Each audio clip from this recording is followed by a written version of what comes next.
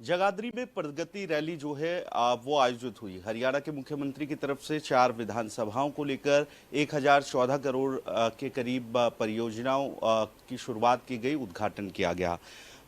जो ये प्रगति रैली है उसको ऐतिहासिक तौर पर रैली होगी, इस तरीके के दावे रैली से पहले किए जा रहे थे। हमारे साथ हरियाणा के शिक्षा मंत्री कंवरपाल गुर्जर जी मौजूद हैं, उनसे जानेंगे। सर, दावा किया गया था कि इतिहास में पहले कभी इस तरीके की रैली नहीं हुई जगाधरी में। किस तरीके से देखते हैं जो रैली हुई है? मेरा मानना था कि संख्या की दृष्टि से रैली अब तक की रैलियों सबसे बड़ी होगी।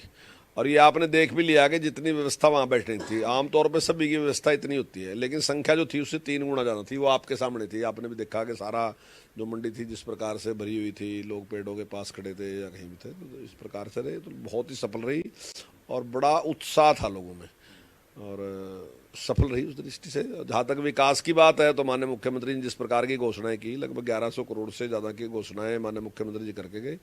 पहले भी इतनी घोषणाएं माननीय मुख्यमंत्री जी ने की थी और लगभग पिछली बार वो सारे के सारे काम हो गए और काफ़ी जो जो बड़े काम थे लगभग हमारे हो चुके हैं। लेकिन इस बार भी उन्होंने इतनी घोषणाएं की और मैं समझता हूँ ये काम पूरे होने के बाद मुख्य जो मेन काम है शायद हमारे पास कोई बचेगा नहीं। हाँ, छोटे छोटे काम तो रहते हैं, हर टाइम में चलता ही रहता है, तो वो तो चलते रहेंगे, लेकिन बड़े काम जो है वो लगभग सारे हमारे कंप्लीट हो जाएंगे। तकरीबन चारों विधानसभाओं को सर समान रखने की कोशिश की गई है। 250 करोड़ के आसपास की सभी को परियोजनाएं दी गई। देखिए, ये तो मुख्यमंत्री जी हमेशा ही करते हैं, इसमें ये नहीं है कि कहीं मान लीजिए बीजेपी का विधायक नहीं है तो वहाँ पैसे नहीं देंगे।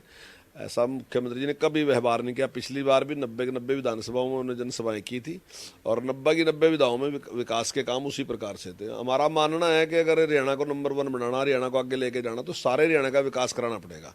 अगर हिंदुस्तान को नंबर 1 बनाना तो सारे हिंदुस्तान का विकास करना पड़ेगा। अगर आप इस तरीके से करोगे कि भाई जहाँ हमारा है तो वहाँ करोगे, जहाँ नहीं है तो वहाँ नहीं करोगे, तो फिर देश नंबर 1 नहीं बन सकता, प्रदेश नंबर 1 नहीं बन सकता।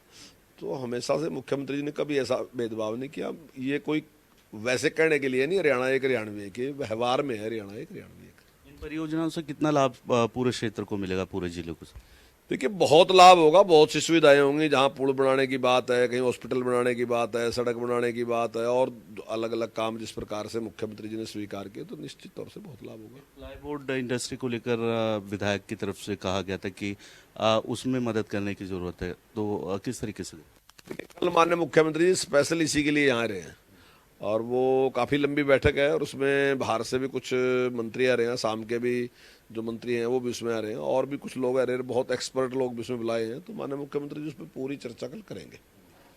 जितनी भी परियोजनाओं की शुरुआत अभी तक की गई और जो डिमांड्स आप लोगों की थी, तकरीबन सभी डिमांड्स को लिया गया है हल्के की, इलाकों की?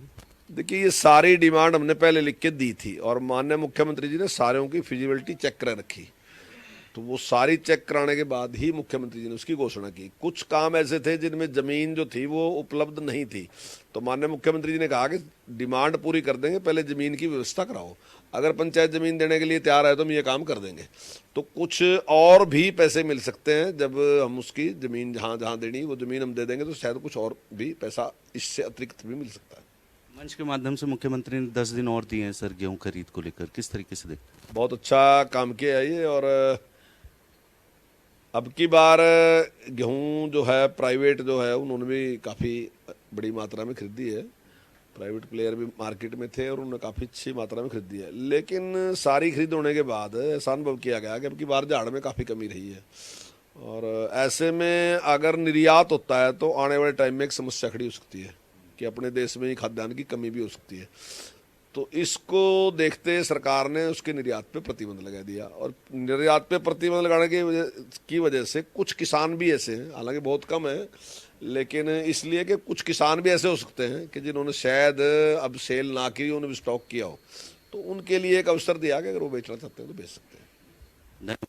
Thank you. तो फिलहाल जिस तरीके से प्रगति रैली है हुई, उसमें जिस तरीके के उद्घाटन किए गए, मुख्यमंत्री की तरफ से परियोजनाएं की गई, की शुरुआत की गई, उसको लेकर शिक्षा मंत्री कहते नजर आ रहे हैं कि शायद अब जिले में और डिमांड्स की ज़रूरत जो है वो हल्कों को ना पड़े। इसी के साथ जिस तरीके से ये परियोजनाओं की शुरुआत की गई है मुख्यमंत्री की तरफ से, कई उसमें महत्वपूर्ण परियोजनाएं जिसका लाभ चारों विधानसभाओं को मिलेगा। खबर फास्ट के लिए जगाधरी से वीडियो जर्नलिस्ट अश्विनी के साथ अनिल कुमार।